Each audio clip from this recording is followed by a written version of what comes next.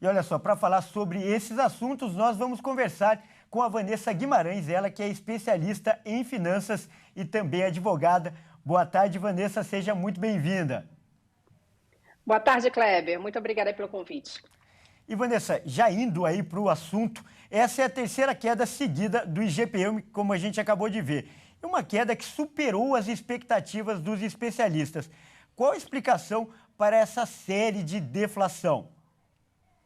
Então, o IGPM é um índice diferente do IPCA, que ele mede a variação do preço antes de chegar na ponta final para o consumidor, né? Então, a gente sofre influência do preço de commodities, principalmente minério de ferro, trigo, e também variação cambial do dólar, porque essas commodities, elas são cotadas em dólar.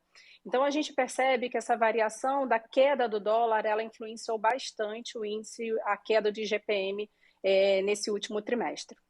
Legal, mas o que o telespectador quer saber, e a gente também, é como isso vai impactar no bolso do consumidor, especialmente para quem paga aluguel, já que é conhecido como inflação do aluguel.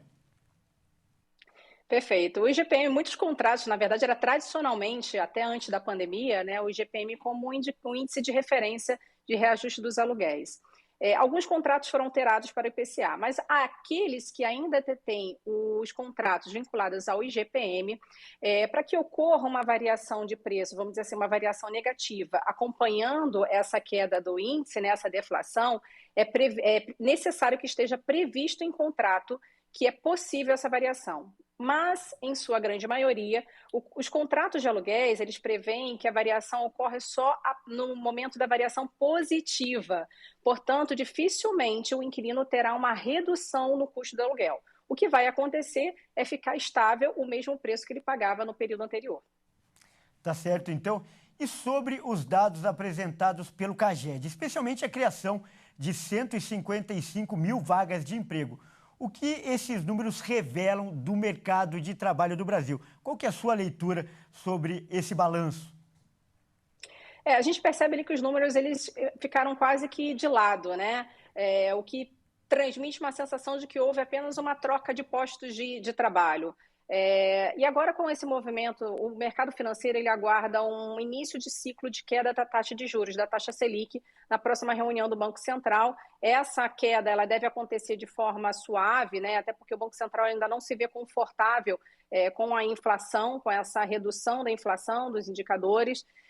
Principalmente o IPCA, que é o grande foco ali de controle, que é o índice hoje mais atuado, né, nesse controle, que é o índice que mede a inflação na ponta, exatamente a nossa variação de custo total, né, no padrão de vida do brasileiro. E aí, nesse sentido, essa expectativa, se esse início de ciclo cair, pode ser muito positivo, porque cai também o custo das empresas e traz mais segurança para os empresários investirem em novos postos de emprego, investirem em novos projetos e sem dúvida, vai influenciar no crescimento econômico do país. Tá certo, então. Nós acabamos de conversar com a advogada e especialista em finanças, Vanessa Guimarães. Muito obrigado, Vanessa, principalmente por essas explicações que vêm por trás dos números, né, Vanessa? É verdade. Muito obrigada, Kleber. Grande abraço.